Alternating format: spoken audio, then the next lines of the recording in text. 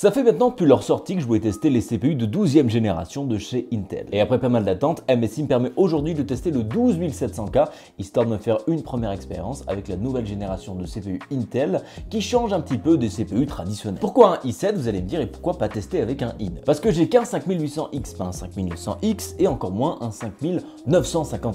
Et comparer un i9 à un 5800X en termes de gamme, c'est pas super fou pour la comparaison. Et puis je pense surtout que cet i7 en a suffisamment dans le ventre pour repousser un petit peu le besoin des i9 pour les PC consommateurs polyvalents. Et ça aurait été d'ailleurs bien d'avoir un 5900X à portée pour pouvoir le comparer avec ce 12700K, parce qu'apparemment ils ont à peu près les mêmes performances. Enfin bref, du coup c'est MSI qui m'a fourni tout le matériel pour ce PC. Du coup vous allez avoir quelques petits highlights au sein de la vidéo présentant leurs différents produits qui m'ont envoyé, avec bien sûr aussi quelques petits commentaires de ma part. Mais avant d'aborder le vif du sujet, parlons un petit peu de pourquoi cette génération là est unique par rapport aux autres. Ces CPU ont une caractéristique qu'on ne retrouvait pas forcément dans nos CPU consommateurs x86 jusqu'à présent. Le système gros cœur et petit cœur. C'est un système que vous connaissez malgré vous parce qu'il est très utilisé sur les téléphones mobiles. On a des gros cœurs pour faire tourner des tâches lourdes, type des jeux vidéo ou encore des process, etc., etc.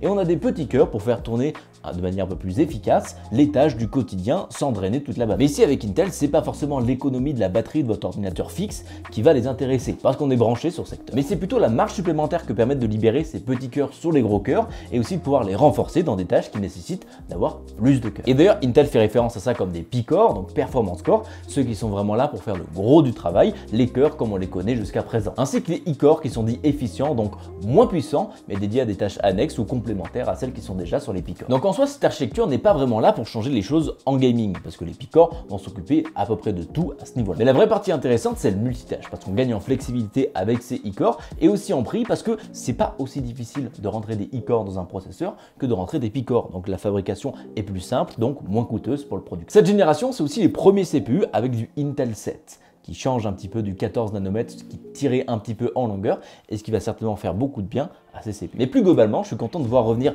Intel concurrencer AMD au niveau des CPU après une génération qui était plutôt anecdotique, mis à part le i5 11400 qui était plutôt bon. Attention par contre, la série précédente de processeurs était compatible avec les cartes mères série 400 et 500, mais cette toute nouvelle génération requiert un nouveau socket, un nouveau format de processeur et du coup obligatoirement une nouvelle carte mère. D'ailleurs, on le voit assez bien à la tête du processeur, les changements sont plutôt significatifs. Avec cette carte mère vient aussi la compatibilité DDR5, la nouvelle génération de RAM qui n'est pas compatible avec la DDR4 qu'on connaît actuellement. Il faudra bien faire attention à ça si jamais vous achetez un processeur de 12e génération parce qu'il y a des cartes mères qui sont compatibles DDR5 et d'autres qui sont compatibles DDR4. Et honnêtement, vu le prix et la disponibilité de la DDR5 en ce moment, c'est bien qu'on ait tout de même cette option qui soit disponible. Donc attention à l'achat. Dans notre cas, nous avons la carte mère MSI Z690 Ace, la carte haut de gamme de chez MSI avec des magnifiques accents dorés, sa pléthore d'options en connectique interne, c'est 19 phases pour le CPU et 5 ports M.2 dont 4 en PCI 4.0. C'est vraiment une carte sans compromis réservée aux builds sans limite. Vous allez sûrement aussi voir dans la vidéo des images de la MSI Z690 Force Wi-Fi. C'était la carte que j'avais à la base avec ses très beaux accents argent et blanc, et après un petit souci on a dû la changer,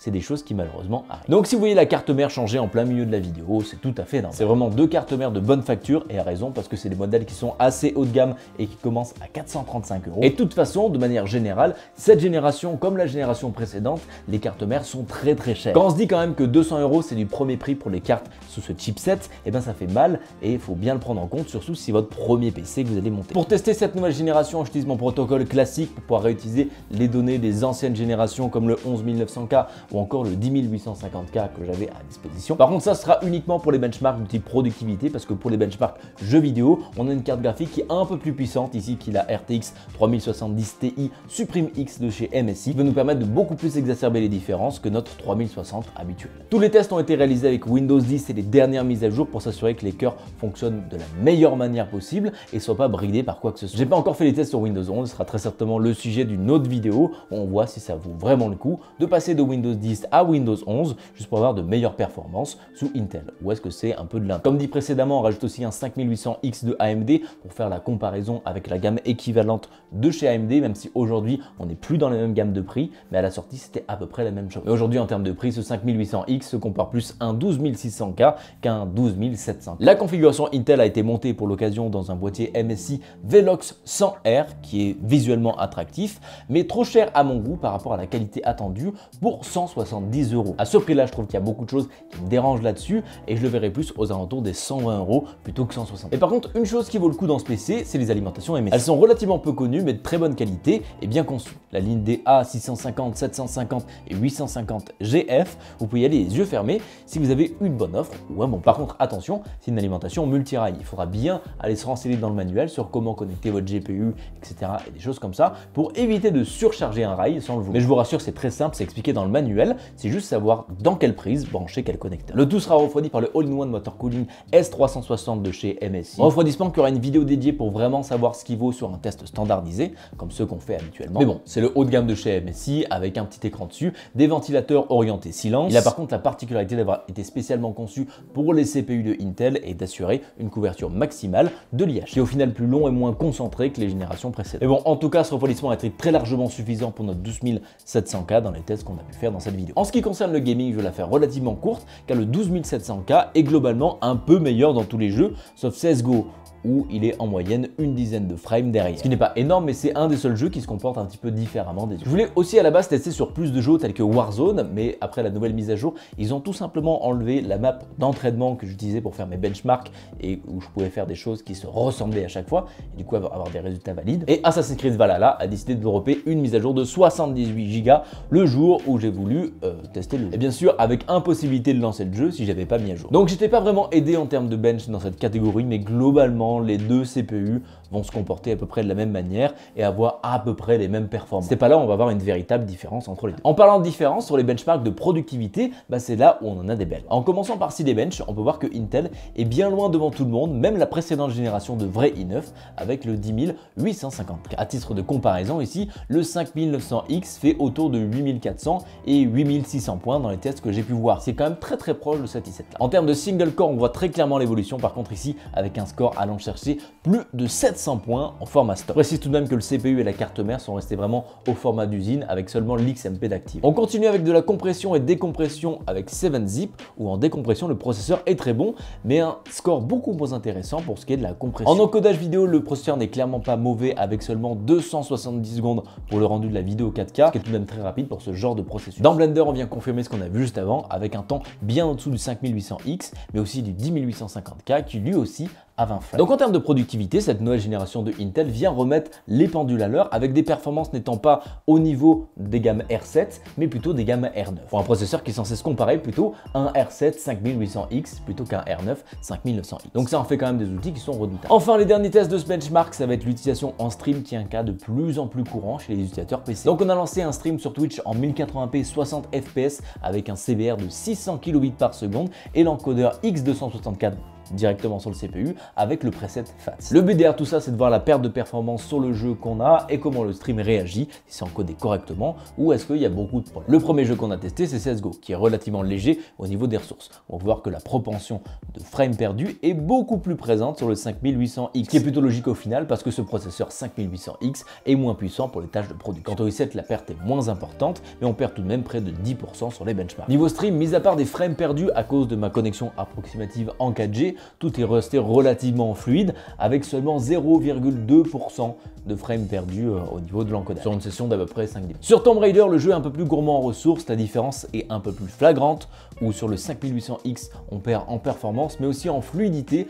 avec ses 5% low bien plus bas. Le i7 se tient mieux ici aussi avec une réduction un peu moins impressionnante et sans perte significative de fluidité. Encore une fois ici pour les deux CPU, le stream était fluide avec en moyenne 0,2% de frames perdus pour 5 à 10 minutes de test. Au final, au niveau des performances, ce CPU a quand même beaucoup de choses à dire. Il est bon en gaming, il est bon en productivité et il est aussi bon en multitâche. Avec cet i7, Intel a ici un très bon processeur polyvalent qui s'intègre vraiment dans la démarche qu'on attend pour cette gamme. Des performances pas si loin d'un i9 pour les stations de travail tout en évitant l'overkill au niveau du prix. Ces nouveaux CPU Intel sont donc performants mais surtout s'améliorent là où AMD domine depuis maintenant quelques années, le multitâche et la production. Avec les résultats qu'on a vus pour cet i7 et ce que j'ai vu sur internet, je ne doute absolument pas que pour tous les autres processeurs de cette gamme, ça va être à peu près la même histoire. De bonnes performances pour faire essentiellement ce que vous voulez, même sur par exemple un 12600K. Faut reconnaître quand même que c'est assez fort de la part d'Intel dans une génération d'être arrivé à faire autant de changements et de rendre leur CPU beaucoup plus polyvalent. Ce i7 à 430 € dans sa version KF vient sérieusement marcher sur les plates-bandes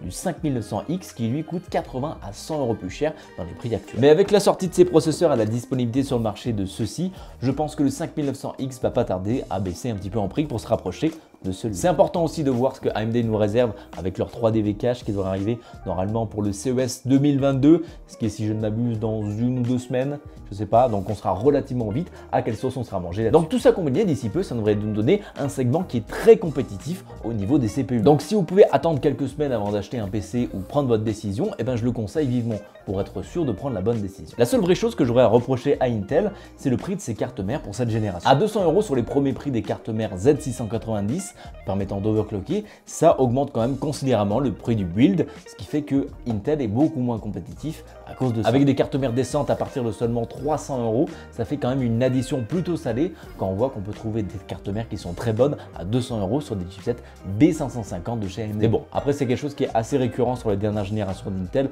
où en moyenne on dépense une centaine d'euros en plus pour l'achat d'une carte mère sur cette plateforme. Donc à voir maintenant ce que donnent les versions bloquées de ces processeurs ainsi que le chipset B660 qui devrait avoir un rapport prix-performance qui est plus abordable que ces processeurs overclockés ici. Enfin bref, mis à part quelques points, je te donne quand même assez impressionné par la nouvelle génération de i. Ils ont donc plutôt bien répondu aux promesses qu'ils avaient faites par rapport à l'augmentation des performances des tâches orientées productivité et ça fait plaisir au final de voir de vrais bons CPU Team Bleu en cette fin 2020. C'est ça qu'on veut voir en tant que consommateur, c'est deux géants qui se livrent une guerre de performance. Même si j'aimerais bien que le TDP et la consommation globale des CPU et des GPU baissent un petit peu pour quelque chose qui soit plus raisonnable plutôt que d'avoir une course à la puissance qu'on a actuellement. Mais bon, après ça on peut pas tout régler en une génération. Merci à vous d'avoir suivi cette vidéo et merci à MSI d'avoir prêté tout le matériel pour pouvoir faire cette vidéo et avoir ma première expérience avec les CPU de 12e génération. Sur ce, passez une bonne journée, à bientôt, ciao!